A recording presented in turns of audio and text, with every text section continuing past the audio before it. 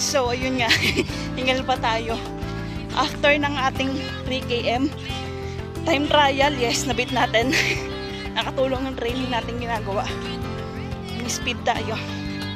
Ngayon, nag-interval naman tayo. Paniikot-ikot lang din tayo. Ayan, mag-isa lang din tayo ngayon dito. Kahit medyo umulan kanina, nakatuloy pa rin tayo. Diba? Walang pahinga-pahinga. Dire-diretso lang. Para sa goal natin. Yes, may goal tayo. Hindi patulog-tulog lang. Hindi yung patambay-tambay. Okay? So, let's go. Start na ulit tayo.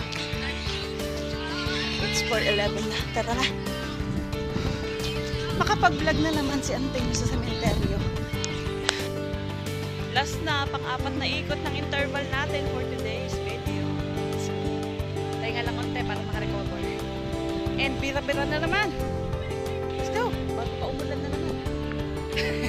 Diba? At ayun nga, natapos na naman ang isang araw ng ating pagtuto at ensayo. At ngayon ay pauwi na tayo.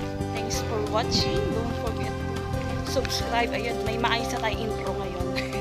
Dahil nakaraan pa na yung word lang din yung pinaggagawa natin intro. Ngayon, ayun, pauwi na tayo. Nakabike tayo syempre. At hindi tayo papayag na maglalakad tayo pauwi. Malayo-layo din yun, no? Syempre, here we go again. Bye-bye. See you in next ride and run. Keep running and stay safe. Enjoy your journey. Let's go.